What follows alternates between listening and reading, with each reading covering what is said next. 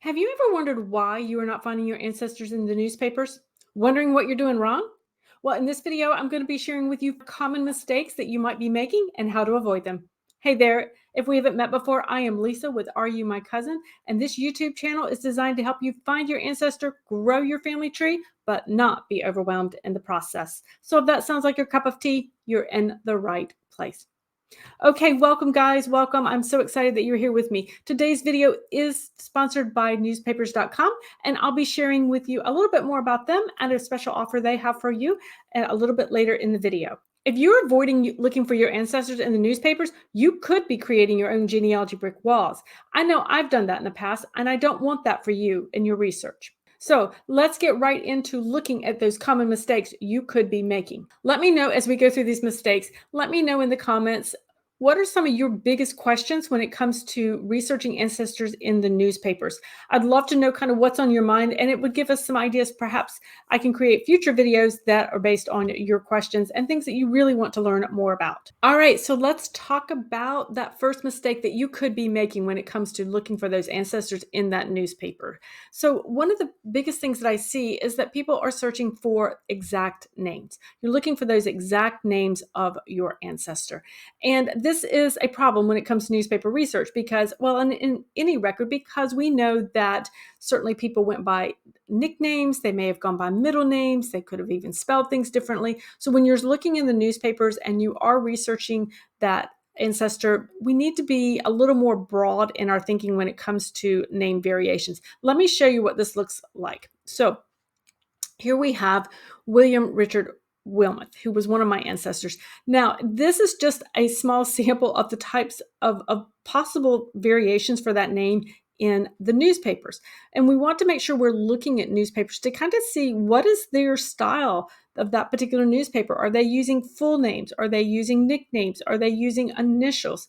Because when you look for at William here, what we see is he could be William, he could be Richard, he could be W.R. Wilmot, he could be Will, Bill, R. Wilmot, and that doesn't even account for the variation on spellings. So we need to think about and remember what he could have perhaps been known by and how they might have referred to him. So I'm going to take you over to newspapers.com. I'm going to use all the examples that we're talking about today are through newspapers over at newspapers.com. And I want to show you what that looks like in the newspapers. Okay, so we are over here at the homepage for newspapers.com, and I'm going to walk you through that example of some of the name variations that you might not have thought about when it comes to creating your searches in the database. So let me show you how to do that. Again, when you're coming on the homepage, you're just going to go in and you're going to put in the name you're looking for.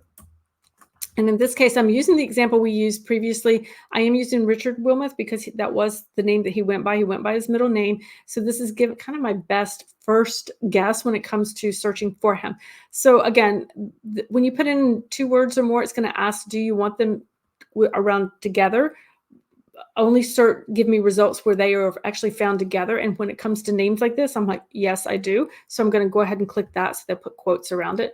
I'm not going to limit my date. I really want to keep that range pretty broad, but I am going to put in a location here, which would be Surrey County, North Carolina, which is where he lived. And I'm going to ask for a search on that. So here we go. And we got a nice little article right here. So here we have one article that returned for him. And so I'm going to click on that. Okay, so here it is, and it's going to tell me, this is actually a really nice little article I found about him. It has to do with his estate. So at this point, we know that he has passed away. It's from the Yadkin Valley News, February 1894. And so this gives me kind of a summary of what has happened in the court records for him. So this is a nice article I found for him. And again, this is showing me, his legal name was actually William Richard Wilmot. I did know that going in, but here we have it using just that middle name, which is what he was known by. But the other thing I want you to do when you're looking through a newspaper is get a sense for how is that newspaper handling names. Do they always spell names out, or are they using initials? Now you can come down here a little bit further down and you can see here's the administrator is J.B. Snow. So we see an administrator mentioned there. In this particular one, we see Tyson S. above that. But if you just kind of go ahead and look around who we're seeing in these newspapers, I'm going to kind of peek around and see what I see.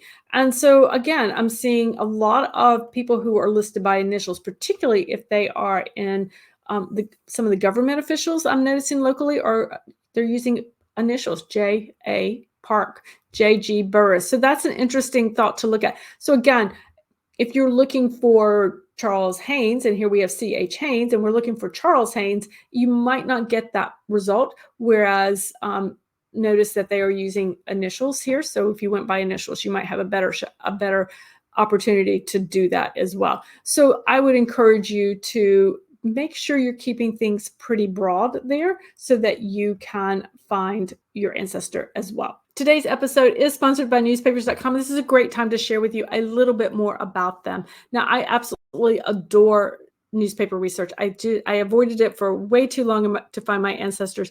And one of the reasons that things I appreciate about newspapers.com is literally the sheer volume of digitized newspaper pages that they have. They have over 800 million digitized newspaper pages. It spans 3 centuries. So that's a lot of newspapers and increases my chance for finding my ancestors, certainly in the records. Now, for viewers of today's video, newspapers.com is offering a discount of 20% off of a publisher's extra subscription. Just use the code "AreYouMyCousin" at the checkout, and you'll be on your way to finding your ancestors in the newspapers too. Okay, so another important mistake we want to make sure that we are avoiding is not following the story to an end. Have you ever found your ancestors, and maybe you find that they were in a court case, or maybe you find that they were on the wrong side of the law and they may have been arrested, or you see something of that nature with your ancestors. But it's obvious that there's probably more to the story going forward that you might not have thought about. So what does this look like? I actually talked about this in a previous video on newspapers research. I'll link that in the comments, or I'll link that in the description below, as well as in the upper right hand corner here. But this is just an example, and these are I shared this on a previous video. So this is about a train car accident that my great-grandfather was in. He and his wife were in.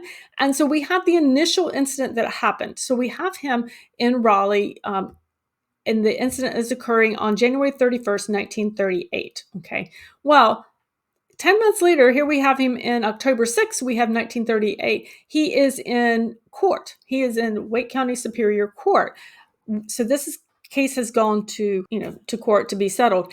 And so that actually begs to think, okay, if there's a court case, well, what was the outcome of that case? Well, the outcome here is the verdict. And so we have a third article on the verdict for that case that came out October 8th, 1938. So we have a story that spans from January 31st all the way through the beginning of October of that year.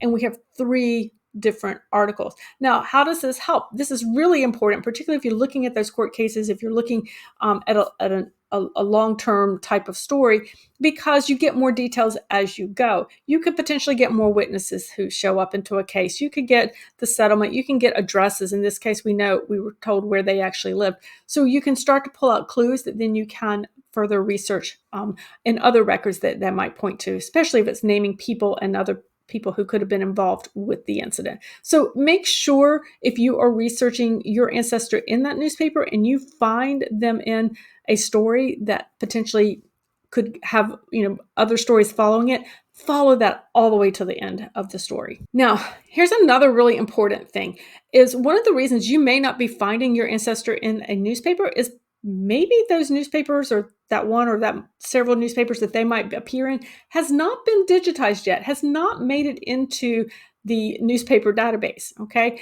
They are continually growing. And here we have in newspapers.com, you can actually set up alerts so that if you are looking for a specific search, or in this case, I'm showing you James Maddox for a certain time period and a certain location, I can set that up so that should a newspaper come available that has information on him, I would be alerted to that, as well as setting up. I actually set up alerts on my Google Calendar. I'll go in every 6 months. I'll have a task that alerts me to go back and to perform certain searches and the newspaper databases. So I make sure that I am getting what's there. So let me take you over. Let me show you how to set some of those alerts up that will help you with your research as we go forward. Let's stick with our example for Richard Wilmoth. Let me scroll down so you can see a little bit more. There are a couple places that I can do this here. So you see this button right here. It says alert me. Okay, it's right there right above, about middle way on that search bar. But it's also, if I scroll down a little bit, you'll find it here too. You'll see an add a search alert, and it'll say, please monitor newspapers.com about Richard Wilmoth in Cirque County, North Carolina, to let me know when new matches are available. So I can actually click it there as well. So either place, I can click it here or I can click up here. And when I do that, I just say alert me. Click, it's saved. Perfect. So let me go back to the home and let me show you where to find your alerts if you want to keep up to date with what you've been searching for. It's back on the home page, and if you scroll down on that left side, you'll see here. So I have 2 alerts currently set up. James Maddox, 1848 to 1900 in North Carolina, and then I'm also looking for Richard Wilmoth in Surrey County, North Carolina. So you'll see that set up easy breezy there. Now, another thing that could be tripping you up when it comes to your genealogy research and looking for those ancestors in that particular database is the fact that you are searching really too close to home. You are thinking very narrowly. You're thinking about where your ancestor lived. You're looking in that location for those ancestors, for those newspapers. Maybe they're very rural, and so you're thinking, okay, they're going to be in the small local newspapers. Those are not digitized yet, so okay, oh well. I'm out of luck. I want to take you over to the map section, the map feature over at newspaper.com. I want to show you what it looks like and how you can actually get an idea of the possibilities that could be out there for your ancestors when it comes to researching them in that newspaper and what newspaper they could potentially be in. So I want to show you how to use the map feature here on this site, because I do find it very helpful to use the map to get a good perspective on what newspapers might have been available in the area and I'm always looking for extra clues and to really understand the area a little bit better. So I'm actually going to go to the map here. I'm just going to click on to explore it. Now you can actually explore by country and do kind of a nice little filter down to specific towns. I actually want to come over here to this browse by map in the upper right hand corner. And this is actually going to take me to the map. So you can see we've got a really broad map here around the world, a world map here. And it gives you can see, these little indicators of what's available where, or the numbers of newspapers, obviously. And so we have it around the world. But let's zero in. We've got obviously, look at all the thousands and thousands here in the US that we have here. So since we are mostly US viewers here, but certainly for those of you who are watching from other countries, do the exact same thing for your own country. And as I'm coming down, I'm learning a little bit more and more about North Carolina. So let me just scroll on down. So as you see, the closer I get, it starts to break it down. It gives me a little bit more of the areas that they might have been in. And so I can see a little bit here. I like these. I love to look up here at the borders, because when I click on this, it tells me there are 7 newspapers in this area.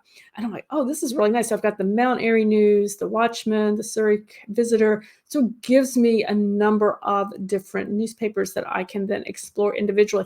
Newspapers I might never have heard of, but these are all going to give me some information so I can either search those individually for my ancestor, or I might say, okay, I know that I have a lot of ancestors who lived in this area. Let me see what newspapers were there. I'm looking for sometimes the smaller ones, and I'm going to click on it, and then I might go and actually read that newspaper. And lastly, guys, I can't stress this one enough. Make sure you are not missing out on contextual clues when it comes to your ancestors. Just finding that name and finding that reference in a newspaper is fabulous. It's worthy of the genealogy happy dance, but don't miss the contextual clues. Don't miss the social history that's around that particular ancestor.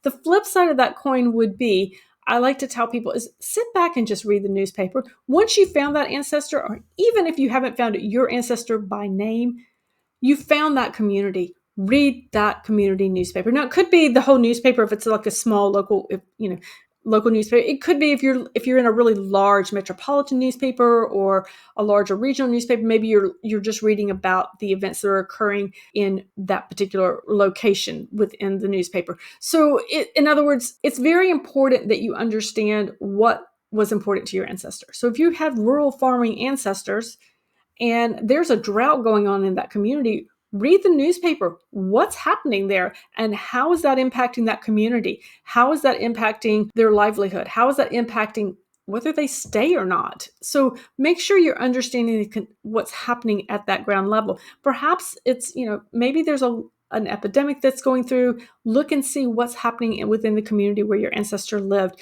to understand how that impacted their lives. And you can pick up on a lot of those clues within the newspaper. So I think it's very worthy, whether you're finding your ancestor in that newspaper or you're not finding them named specifically, read about the events that were still impacting them. And I think you'll start to get some clues and start to understand your ancestor a little bit. Because the more we understand our ancestors, and particularly those problematic ones we can't seem to find, the better chance we have to find them. Okay, welcome back. I know that when I share those mistakes with you, those common newspaper research mistakes, I want you to know that, guys, I've made every single one of them.